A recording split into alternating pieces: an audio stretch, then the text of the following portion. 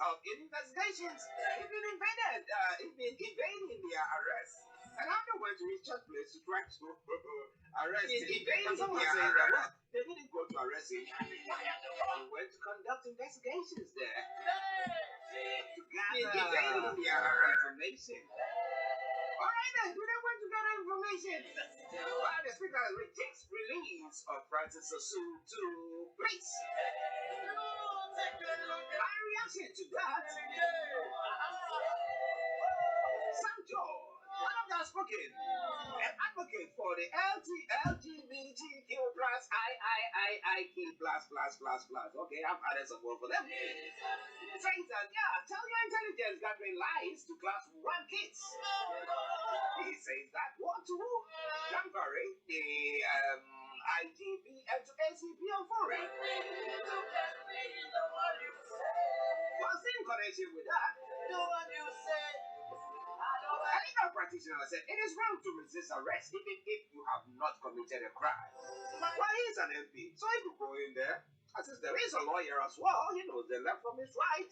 So he goes there. Well, I've not done anything wrong. Well, it's not 11 o'clock. But I'm doing the work of my son and I'm doing the demonstration in my constituency, demonstrating against the bad nature of our roads. What is wrong with that? Well, listen a lot more I'm going to be looking at in a moment. It's not 11 o'clock. But I'm doing the rest of the song and I'll be with you. Remember, it's under 11 o'clock out. Yes, but we have Mr. Olayomi Koiki joining in with updates from Nigeria. Say to you. Of course, I am Archie.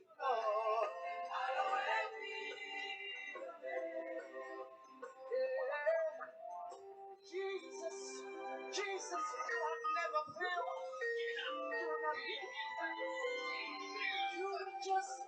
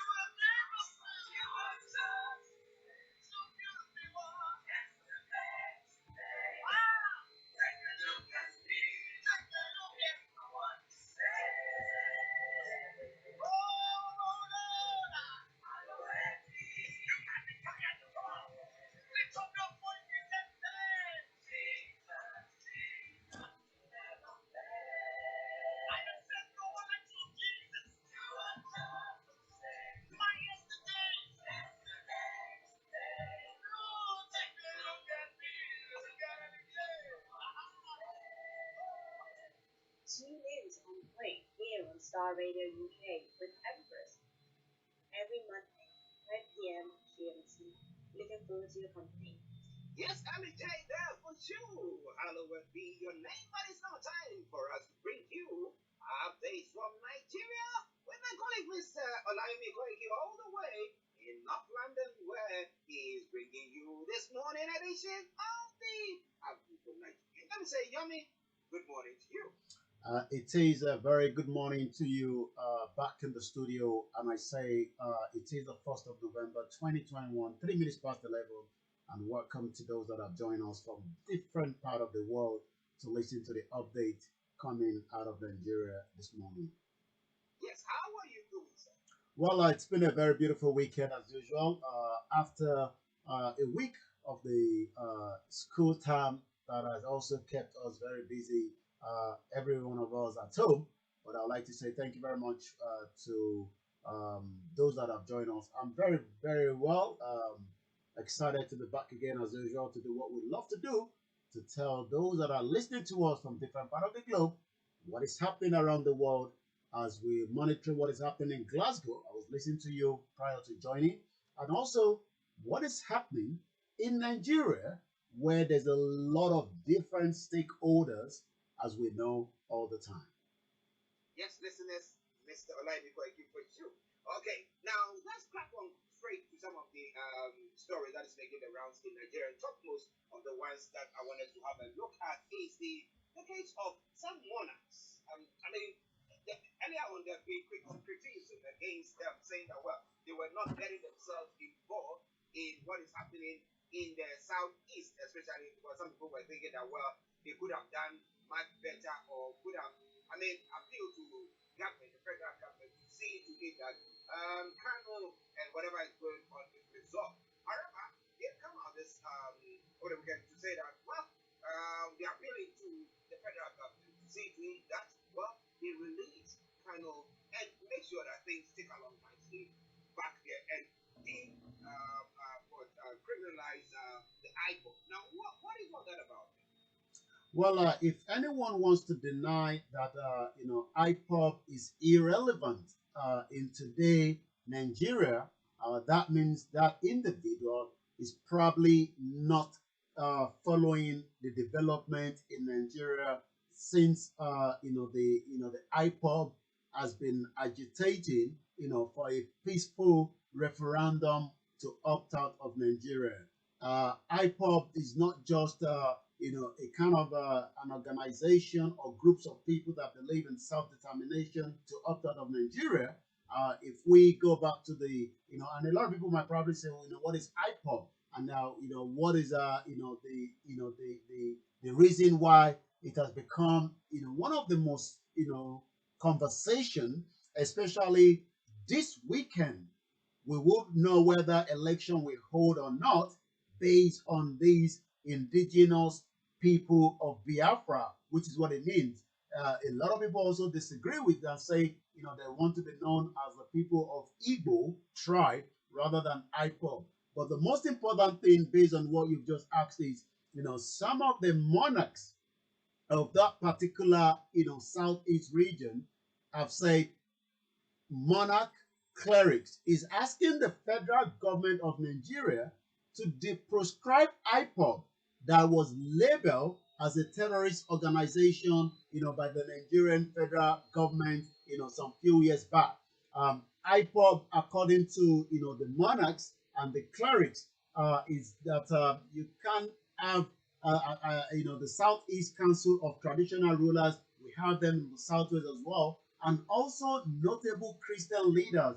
Yesterday, have appealed to the federal government of Nigeria to release the leader of the indigenous people of Biafra that was kidnapped, rendition from Kenya in around June, and after 8 days, nobody knew where he was until some days after it was found to be in Abuja.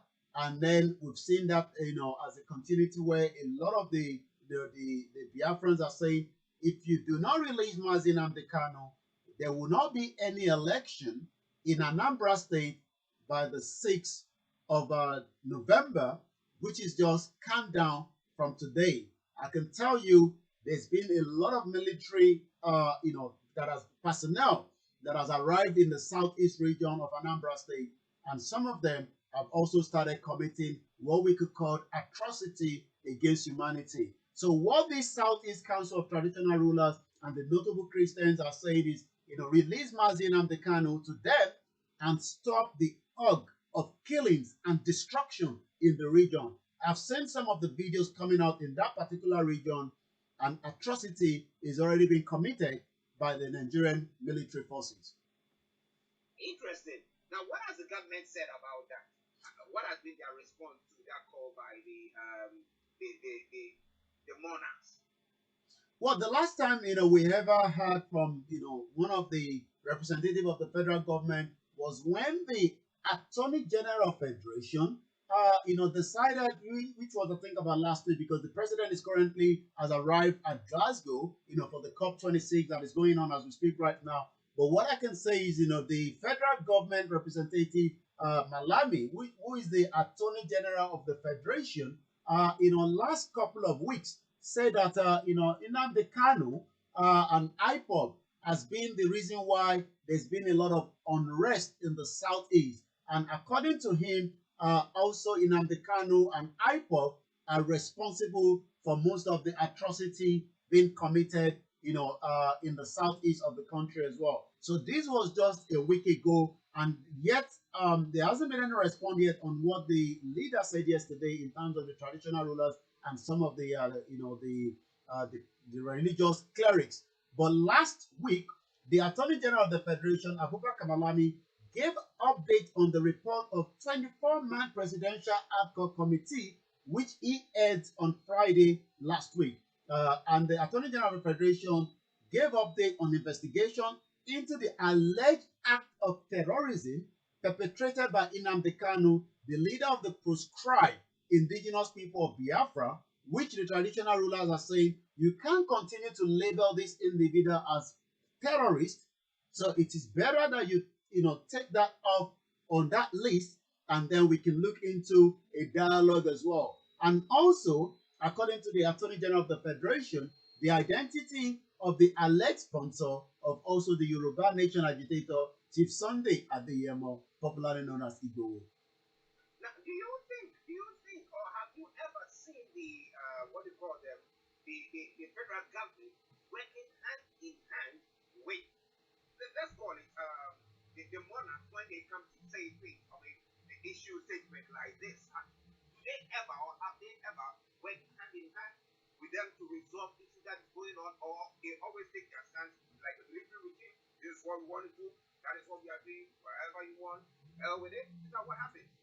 Well, it's good that you did mention that, because just also last week, one of the monarchs from the Yoruba side, and a very, very first class one, well known across the globe, and that is the Oni of Ife, the Ojaja the second, says that he did have conversation with the president of Nigeria, President Muhammadu Buhari, on the issue of Sunday Igboho. And the message that he was told was they would tell Chief Sunday Igboho to be a little bit more patient until we can resolve issues. But Chief Sunday Igboho, and this is according to the Oni of Ife, that Chief Sunday Igboho was not listening to some of the elders. Rather, he was was more like an abusive to some of the monarchs, and even though he's his son, they've already forgiven him.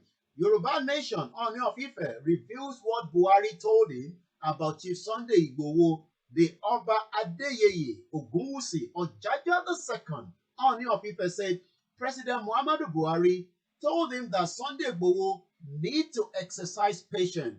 The monarch said this in an interview where he talked about how Igboho's secession agitation landed him in a prison, and they're doing everything to make sure that they can also get him out as well. According to the Oni, Igboho was fighting a just cause, but his approach was wrong, and he was also misled by some politicians. And it's the same thing with the monarch in the southeast.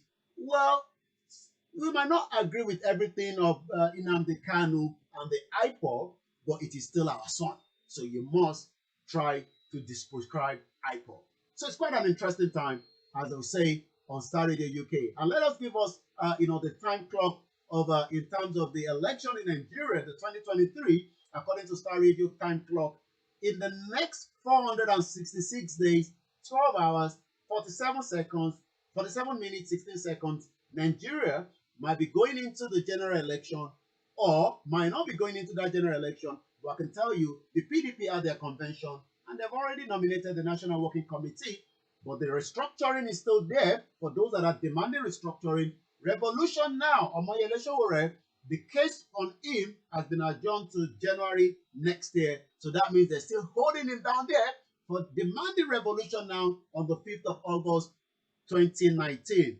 The Yoruba self-determination are saying that we do not want to go into another election because the 1999 constitution is just one of the fraudulent constitutions that you can ever think of. So quite a lot of mixed bag as election is fast approaching. Well, listen at Starr Radio UK. This is Olayomi Koiki Hrh, North London Studios, bringing you updates from Nigeria. I'm Archie here in the South London Studios. But Yomi, before we run off the first part of this conversation, now do you think that if it happens that the federal government decides to, free Sunday Igboho, free Nnamdi Kanu, proscribe IPOB, do you think there will be peace? Do you think they will stop all those agitation and everything that is going on? Would that appease them? Well, that is what a lot of the elders, as you might want to call them, we've seen, the Afenifere have said, look, we want to talk to them, but you can't also have every hand on them. and the more heavy hand on them, the more they are not ready to back down. So restructure the country, and then maybe there might be a kind of a dialogue. If the federal government decide, to look into that, whether that would stop the conversation of people demanding self-determination, I'm not sure a lot of people wants to go into that route, because based on the conversation out there, even in the northern part of the country, I was in an interview on a Saturday, on a Sunday rather, yesterday, and we had people that were joining, from the northern part of the country. They might not agree with everything that those that want self-determination, but the conversation is already trickling in even to the northern part of the country as we speak. Wow, listen to Starr Radio UK. We are going to move on to some other of the stories. But share the broadcast and like our pages as some are doing. Thank you very much if you have joined us. We know, especially those of you in Nigeria, on the African continent, data is expensive, yet you are able to buy that and use it to listen to us. We are cherish that so much greatly. It is Starr Radio UK. Once again, let's go to Yomi. Bandits attack Baptist church in Kaduna, kill two, and scores abducted. We thought that it's coming down a bit, but it looks to be on ascension. Well, you're quite right, and this was just happening as usual to so many Nigerians that are probably now maybe used or not used to some of these, crime against humanity, the genocide, and the attack that doesn't seem to be going anytime soon. Yes, as we speak today, attack is still happening, but rather the federal government is saying they are doing everything possibly best to make sure that these attacks can be stopped. These Boko Haram can also be eliminated. Before I go into that story, just yesterday, ISIS released a video where a 12 years old was literally slicing the throat of two Nigerian military. For the last 17 minutes of that video, we could also see some of the carnage and the atrocity that ISIS have committed in Yobe and Borno State. The federal government have not responded to that yet, but that is also one of the news that came out just yesterday, and a lot of Nigerians are wondering what is actually happening. As I speak to you right now, a breaking news is also coming out. Gunmen adopt the chief imam and his two sons in Abuja. This is just coming as we're speaking right now. Gunmen has adopted chief imam and his two sons in Abuja. Gunmen have kidnapped the chief imam of Yangoji Central Mosque in Kwali Area Council, Abuja, Abdullahi Abubakar Badeko, and his sons. According to intelligence gathering, that the cleric was adopted alongside his sons, Aliu Usman Abubakar, age 22, Ibrahim Abubakar, age 11. I think this happened on Friday, but you can see how the news in Nigeria could sometimes be floating on a very, very slow pace, and this is only just coming out since Friday. The heavily gunmen stormed the home in like around 11:45 p.m. on Friday night, according to the source. So that means, the news is coming out just after 72 hours or thereabout of this atrocity. The one you were talking about was the attack by the terrorists at the Baptist church in the Chinkun local government area of Kaduna. We know that the Kaduna has been one of the heavy attack of this terrorism happening in Nigeria. Two worshippers was killed, and quite a lot of others have been abducted. This happened yesterday when the terrorists stormed the Baptist church at Kakudiga, Chukum local government area of Kaduna State, killing two of the worshippers. According to the intelligence gathering, the terrorists stormed the church on Sunday just during the service and started shooting periodically. Wow. Sad story. Say those who have lost their lives, may their souls rest in perfect peace. And those who have been maimed, and we read them speedy recovery. And those who have been abducted as well, we hope that somehow they manage to the security agencies manage to release them. Okay. But let me acknowledge a couple of people, and then we go back to Mr. Lani Kogi for the rest of the updates. India, Oluwa Kemi, Shonomi, hearts on love to you as well, and thumbs up to you as well. He says, good morning. So to carry your daily Tunde says, good morning, Star Radio UK, Star Radio crew. Can you confirm the issue of IGBOHO, the person who betrayed him? Okay. All right. We will try to investigate that as well.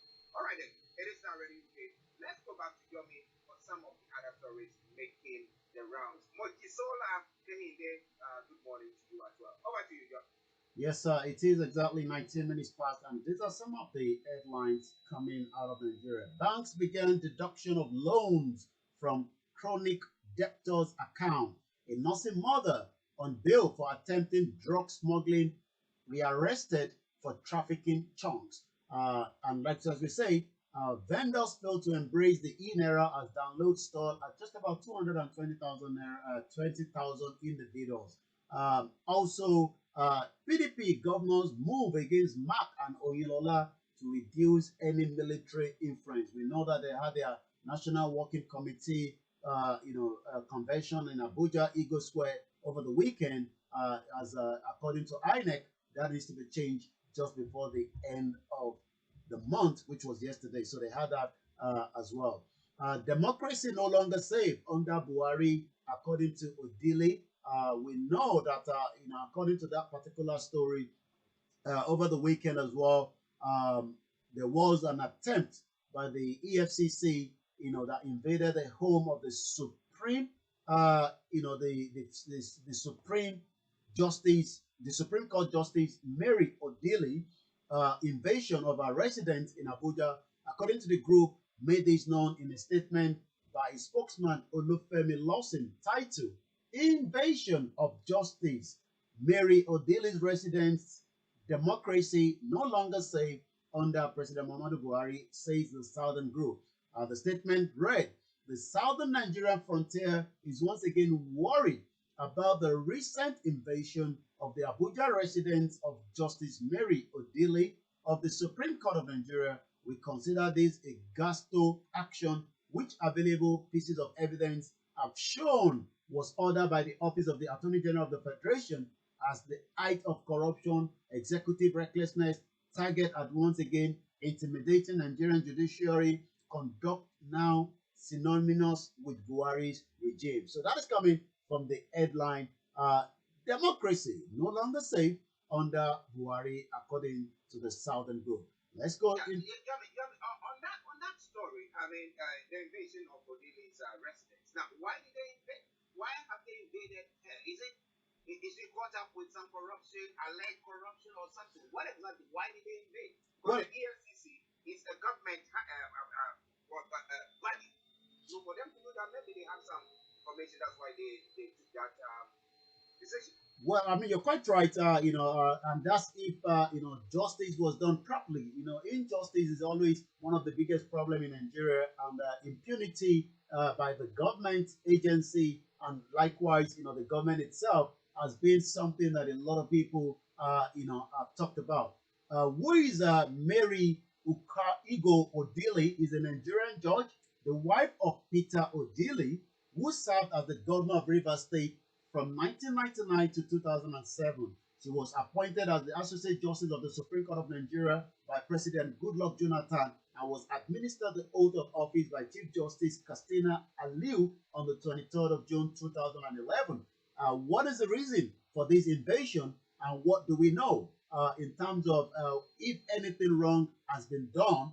Whether she has committed any kind of offense, and that offense means that the EFCC has the right to go into the property and do the necessity. Mr. Malami indicated that the police were investigating the document filed in a court leading to the invasion of the Supreme Court Judge Mary Odili's home. The Attorney General of the Federation and the Minister of Justice Abubakar Malami had said the court process leading to the security operative invasion of the Abuja resident of Justice of Supreme Court Mary Odili on Friday as criminal overtone. Mr. Malami said this in a statement that was issued by spokesman Umar Gaudu on Saturday to deny his involvement in the raid. According to the spokesman, had earlier denied the minister's involvement in the raid during an interview, citing irregularity in the document filed before the magistrate court in Abuja that also obtained a search warrant which invaded a security operative tried to execute at Mrs. Odili's home on Friday evening. So what we can say is, the alleged irregularity in the statement on Saturday, Mr. Gwandu maintained that there was no unit like the joint panel recovery, which was to have appear applied for the search warrant in the Federal Ministry of the Justice. So what we have is Assets Recovery and Management Unit, the mandate of which does not include sting operations, the statement said. So it says numerous incongruity in the document circulated in relation to the saga revealed traces of criminal actions. Among others, he cited the incongruities in the document was named on the letter-headed ghost account for local whistleblower hashtag asset tax recovery. So you can see that it seems there's something that might have the necessity for that invasion, but whether it was done properly is the question mark that a lot of people are asking. And just before I come back to you in the studio, again, this is part of what a lot of the reps call for probe of what happened. So the reps call for probe of the raid on Justice Mary Odili's residence. According to the House of Representatives Committee on Judiciary, has called for urgent, discreet investigation into the siege led to the residence of Justice Mary Peter Odili. Odili is a justice of Supreme Court of Nigeria. The committee says the investigation will help to unmask the perpetrators believed to be security operatives. Well, so where is Odili? Is she in a residence? Has she been found or what? Well, what we know is, she's I'm not sure whether they were able, because we saw quite a lot of movement on Friday evening, when this was happening. Even the governor of River State, Wike, that was probably was in Abuja, had to, quickly went into the house, the resident of the home of the Chief Justice Odili. So again, it's just, the kind of system operating in Nigeria. Just the same way, the invasion of Chief Sunday Igboho's house on the 1st of July, without any search warrant, 12 people were taken away. The last two spent 114 days, and 2 people were murdered right inside the property. Well, listen, this is Starr Radio UK. Democracy. All right, then. Now, let's go back to jumping for some of the rest of the news that is making the rounds. Over to you. It's just 27 minutes past 11. It's still Starr Radio UK, your finest African and Caribbean radio station in London. Fear grips Ikeja community as police discover cops in IGBOHO estate. That is coming from the headline. Zamfara approves reopening of the 7 weekly market, according to the commissioner. Development. Fear grips Ikeja community as police discover bodies in IGBOHO area. How Nigerian food brands can win Africa. According to Shegwoni, PDP is back and stronger. Gunshot in Plateau Assembly as the youth defile security. We also saw the University of Taisho Chulanri, where the military were using heavy-handed on some of the students. The SUJ president was taken away, but according to what we've been told, that he has been brought back, to the vicinity of the university. So let's touch quickly on those headlines that we just talked about, and I'll come back again to you in the studio. Let's look at barely 72 hours after a decapitated corpse of an unidentified teenage girl was discovered close to a popular hotel located at Adekunle village at Delhi Jones, Ikeja. Another corpse of an unknown young girl has been found at Akora Estate, a few blocks where the first corpse was abandoned. The corpse, which was discovered by residents in the estate today, Monday, was wrapped in a nylon bag and left on the roadside. So I hope they'll be able to untangle and unravel what must have happened to these 2 innocent young girls that were being killed, and the corpse have now been found.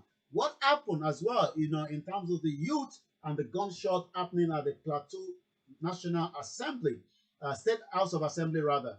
A peaceful protest at the entrance of the Plateau State House of Assembly has taken a new turn as youth loyal to the two fractions in the House square up against one another. We know that the speaker in that particular state, the youth loyal to the embattled speaker, Agbok Ayuba, were carrying placards, dancing to the music opposite the main entrance of the House just at about 8:30 a.m.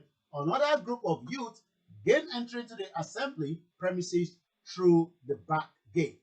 Some of them shattered the glass door which led to the chamber of the House as the embattled speaker and some members loyal to him were in having a meeting. When those standing outside recognized some of the youth within the assembly premises, those loyal to Yakubu stand group, they began scaling the gate manned by security force also to gain entry. And that also prompted security agents who began firing shots into the air to disperse the people, but the youth stood their ground as some of them who had earlier scrambled for safety regrouped and resumed their singing and displaying their placard. So we take one more and then I come back straight to you in the studio exactly 11:30. It is Star Radio UK. Just as any other country around the globe, we have also been impacted with the COVID that has rampaged the world, since, the COVID, that has created a lot of havoc. We have lost 30 doctors to COVID-19, according to the Nigerian Medical Association. 30 doctors have died in Nigeria. President of the Nigerian Medical Association, Professor Innocent Uja, has disclosed that the medical sector have lost up to 30 doctors to the deadly COVID-19 pandemic. The renowned consultant also lamented the non-payment of their death benefit insurance up till now by the government, despite the fact that they died in the line of duty. According to the professor, lamented that doctors, especially in the southeast, were owed up to 2 years' salaries. A development, he said, had already affected their morale and called on the affected state to defray the backlog. Star Radio UK, I'll come back now to you in the studio. Yes, listeners, Mr. Olayomi Koiki bringing you updates from Nigeria. But the latter story is a bit of a concern that's pertaining to the the doctors in Nigeria, especially those in the southeast, who allegedly are being owed up to a tune of 2 years' salary in arrears. I mean, is it the from the top of your head? Is it the government or the state that's supposed to see to pay them, or the federal government that's supposed to do that? Well, it depends. Most times, the state pays, the doctors working within the state that are working on behalf of the state government. And, if it's the federal, institution, that means the federal does make the payment. But it's not the first time that we've heard, most of the doctors that have complained of backlog of non-payment, whether they are nurses and so on. According to the Nigerian Medical Association, right from the beginning of the pandemic has been very proactive through advocacy, constructive engagement, dialogue, and conversation. But as soon as the COVID was announced, they put the mechanism. We told the government what it should do and would not listen. Otherwise, we would not have had many cases, according to them. Just as we've lost a lot of our medicals here in UK, but what they guarantee is, every medical that died in the line of duty have been paid, by the government here in the United Kingdom. But the other way around, in Nigeria, we're working. We have lost 30 doctors to COVID. Once a life is lost, it is not, replaceable. The worst thing that is their death insurance have not been paid. And we think that they should be paid. We believe that their death benefit and insurance should be paid. And one way of encouraging the health worker is to motivate them. Well, if you are not listening to us from Nigeria, you feel motivated or deflated or discouraged as the situation might be. But it is not really okay. So happy to survive to break the time now, break, and we'll go to some of the other stories and what is happening on social media. Over to you. Yes, we go straight to what is happening on social media. Happy New Month seems to be, dominating the conversation. But let's just quickly look at, what is happening, when we say Nigeria on the social media this morning. The focus is definitely in the southeast, especially Anambra, where the election is coming up within the next couple of days. According to Simon Ekpa at Simon underscore Ekpa, Nigerian army committing war crime, genocide, and crime against humanity in the southeast Nigeria. This is going on in Enugu State. The world is watching and doing nothing. You will turn us into monsters very soon. That is, and I can see the video of the Nigerian army shooting periodically, and also few places being burned down. But not too sure why is military personnel sent to those kind of states have decided to become crime against humanity. Also, let's look at some of the other what is trending. There's a particular video that I might send to you.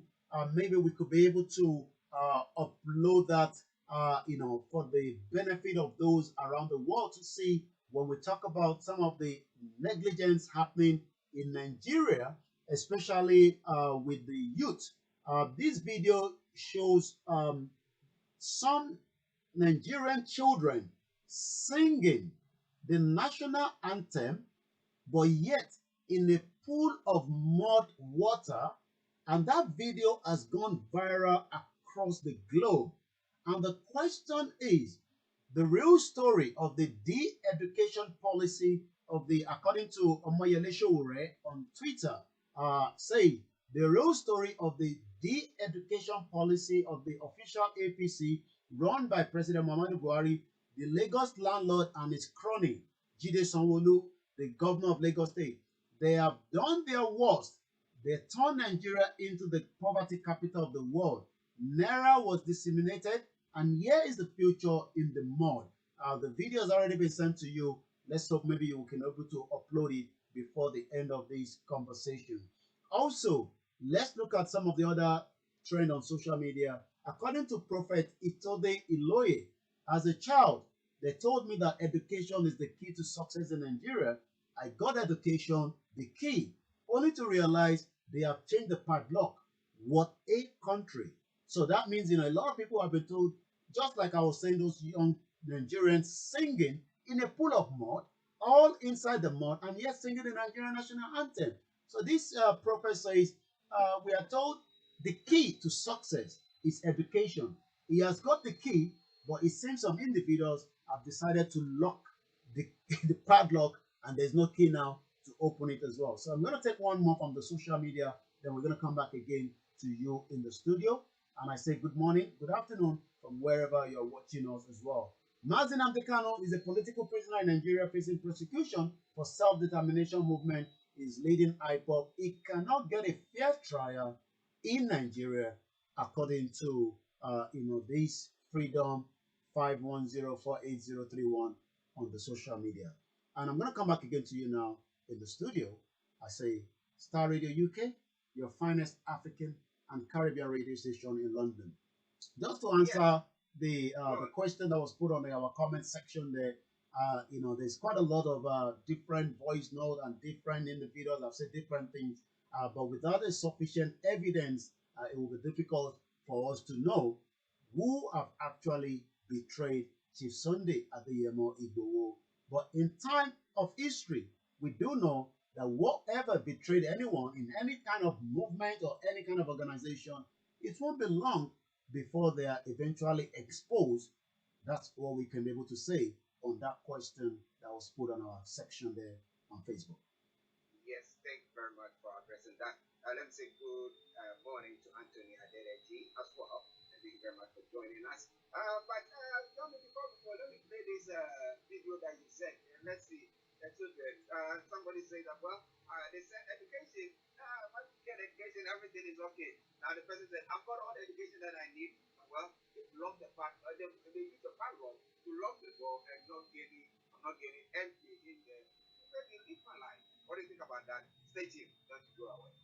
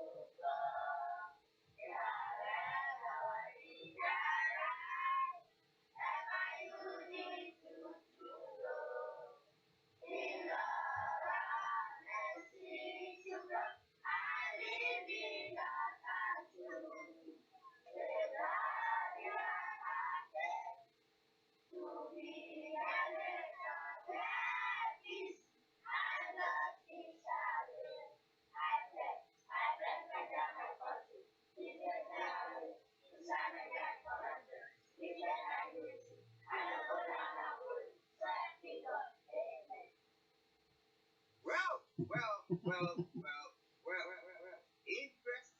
Interesting. Wonders shall never end in Africa. Wonders, I tell you, shall never end in Africa. As to whether the school was flooded or, but looking at that, and we have people saying there, out there, wasting money. You can go after them. You go and people want to rise up to fight for their people. They seem to face the full rigors of the law, and it's a very sad thing. Yomi, before you go. Don't touch the dial because we still have more in the bags with our own and only Archie. So I'll be back again same time tomorrow. But for now, I say have a very good morning, good afternoon, wherever you're watching us. And I'll be back again same time tomorrow, 11 o'clock. But stay tuned with Starr Radio UK. And if you're sending money home, remember to use send waves and remember to use the Starr Radio UK code S for Star, R for Radio. Bye for now. Bye, Yomi. Thank you very much for that update. Well, listeners, that was Mr. Olayomi Koiki. We take a quick music break and we come back and we continue with the show. Right, well. Very much for that update. Well, listeners, that was Mr. Olayomi Koiki. We take a quick music break and we come back and we continue with the show. But well, I watched that video and I'm saddened in my spirit. Very sad. Very, very sad. But well, let Raskimono sum it all up nicely for us. Over to you.